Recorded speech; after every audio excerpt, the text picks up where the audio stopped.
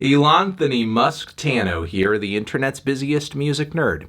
Hope you're doing well, and it's time for a review of the new Kid Cudi album, Man on the Moon 3, The Chosen. This is a new full-length LP from one of the most versatile and beloved names in hip-hop, Mr. Kid Cudi. Adding another notch to his Man on the Moon series with The Chosen, making it a trilogy now. It's been about 10 years since the release of Man on the Moon 2, which was just Cudi's sophomore record at the time, but as hard as Cudi's fans ride for the guy's music, it's pretty well established there was a greatness on those early LPs that hasn't exactly been captured on subsequent albums, especially more controversial ones such as Speeding Bullet to Heaven. But hold on, maybe Cudi is setting the stage for one of his better projects here. Passion, Pain, and Demon Slayin' did have some quality highlights on it. On top of it, Leader of the Delinquents was easily one of the more solid hip-hop singles of the year too. And of course we have Cudi's fantastic crossover with Kanye that dropped as of late, Kids See Ghosts. Plus, you have to think about labeling this project as another in the Man on the Moon series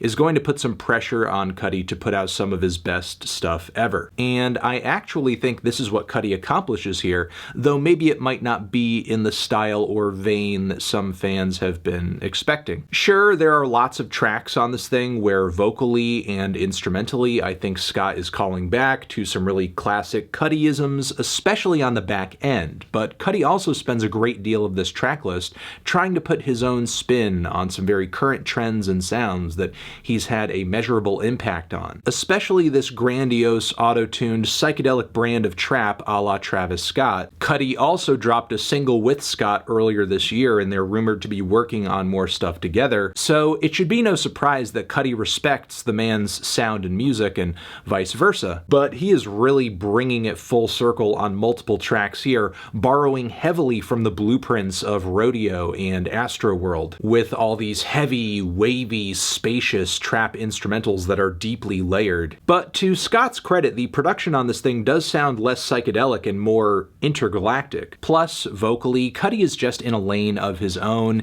Even when he's slapping on autotune, you can recognize him instantly. Even when he's flowing over a UK drill beat, which he does on the track Show Out, which features some cold contributions from Skepta as well as Pop Smoke. That being said though, this is not a perfect album. I feel like the record gets off to a bit of a slow start with Tequila Shots and Another Day, but even as Cudi hits with a less than optimal hook or maybe even a song structure that is a little one-dimensional, I'm consistently impressed with how texturally rich and cinematic the production is. Also, the compelling themes of inner struggle and self-destruction coming up in the lyrics. Maybe one could make the argument that off the bat this project doesn't seem nearly as unstable or as off the rails as others in Cudi's back catalog, which I agree with to an extent, but I think the steadier hand that Cudi is showing here is leading to a more finely groomed album. The following She Knows This, for example, I think is the definition of methodical madness. Between the earth-rumbling bass, sticky little guitar lines hanging in the background, as well as the cold melodic flows, it's quite a vibe. Loving also what Cudi is doing with some of the autotune and distortion and ad-libs on this track too. Sort of feels like a fusion of Kanye West and Travis Scott. Then there's a head-bobbing beat transition around the midpoint, after which Cudi delivers some vocal layers that are incredibly sinister. Instrumentally, there's also a bassy transition featuring some slightly distorted keys that feel like they're lifted straight out of the Yeezus playbook. The following dive is yet another hit of cerebral intergalactic trap, pretty much Cudi's own spin on the straightforward modern banger. The beat may feature some very blueprint chords and rhythms, but sonically it's built out to reach the stars. Plus the way Cudi is singing and rapping and emoting over this instrumental, it's as if the music itself he's making is a drug as he's, I guess, diving proverbially into his depression, into his negative feelings. That moment where he drops that, "I need those fucking vibes," it's just such a I felt that type moment, I don't know why. Then the song Damaged is a semi-highlight for me. The faster verse flows are a little sloppy, especially at first, but the bassy primal beat is certainly something, as is the chorus. How it goes when you're a damaged man, with all these auto-tune layers. There's something about it that's powerfully melancholy but oddly soothing at the same time. Some of the lyrics on this track and others may come off a bit surface level when it comes to discussing and diving into darker emotions, but honestly, I'm just happy to hear that the song structures, singing, and production are more dynamic than they've been on recent releases. Heaven on Earth is then a dark, grimy, aggressive trap banger with lots of atmosphere a la A$AP Ferg, the eerie, unorthodox arpeggios, the cavernous ad-libs, plus the way the beat layers up in the second half and Cudi starts adding that distorted wailing yeah!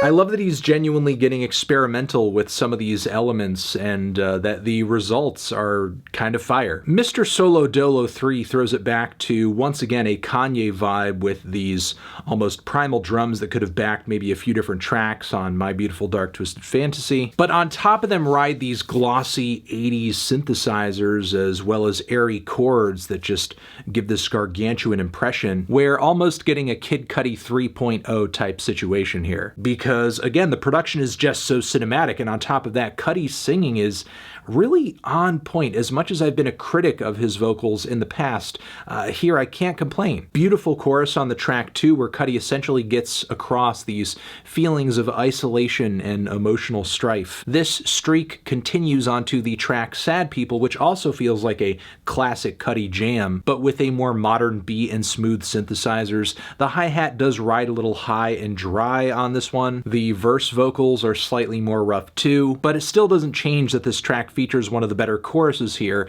and on top of it, Cudi at this stage is incorporating elements of like alt-rock melody writing into a hip-hop context, I think, more effectively than 90% of the emo trap out there currently. Thematically, the track Elsie's Baby Boy is a trip down memory lane for Cudi, going into some of the dark and melancholy feelings that I guess even plagued him as a child. Now, I will say this track is maybe the album's first huge misstep with its sampled guitar chords that sound like they're from House of the Rising Sun, the Animals version. There's an awkward beat. The worst singing from Cudi on the entire record easily lands on this track too. The execution on this one really needs work, and to me the track just calls back to so many duds in the Cudi back catalog that could have been so much better had they been retooled in some way. Things do get back on track with The Void though. From the lyrics to the effects to the instrumental,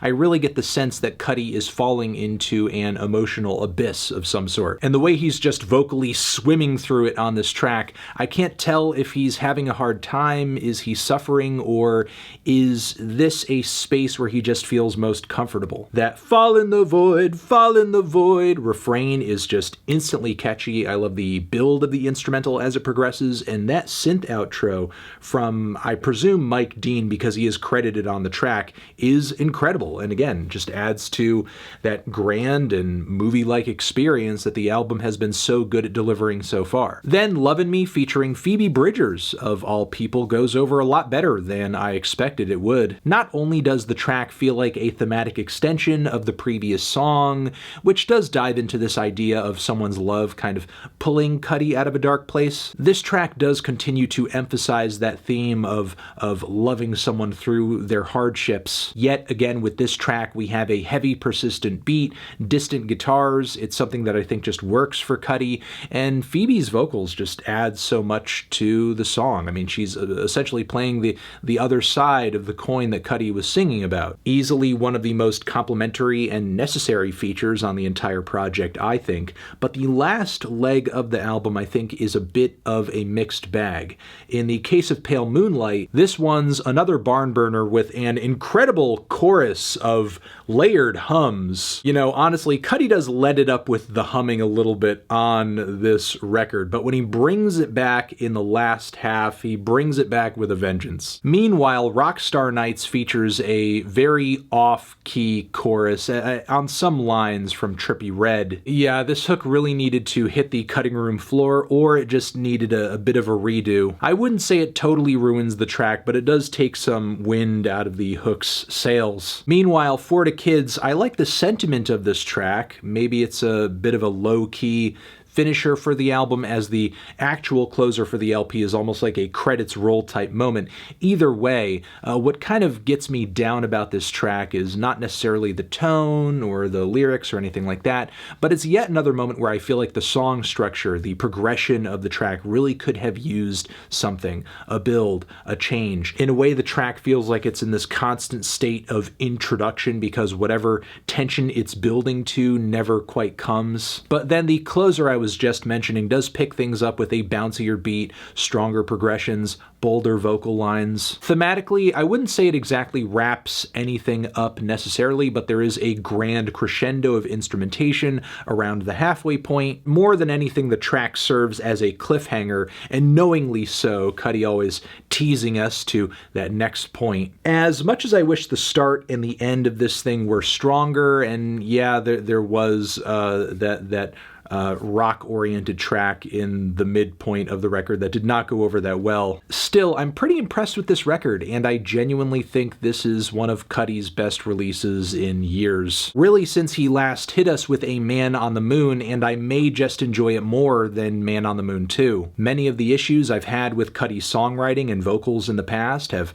mostly smoothed over here, and while his embrace of psychedelic trap may be a turnoff for some, you can't really argue that he didn't put his own spin on it, instrumentally and vocally. I'm feeling a decent 2-strong-7 on this one. Transition, have you given this album a listen? Did you love it? Did you hate it? What would you rate it? You're the best, you're the best. What should I review next? Hit the like if you like. Please subscribe and please don't cry. Hit the bell as well. Over here next to my head is another video that you can check out. Hit that up or the link to subscribe to the channel. Anthony Fantano, Kid Cudi, forever.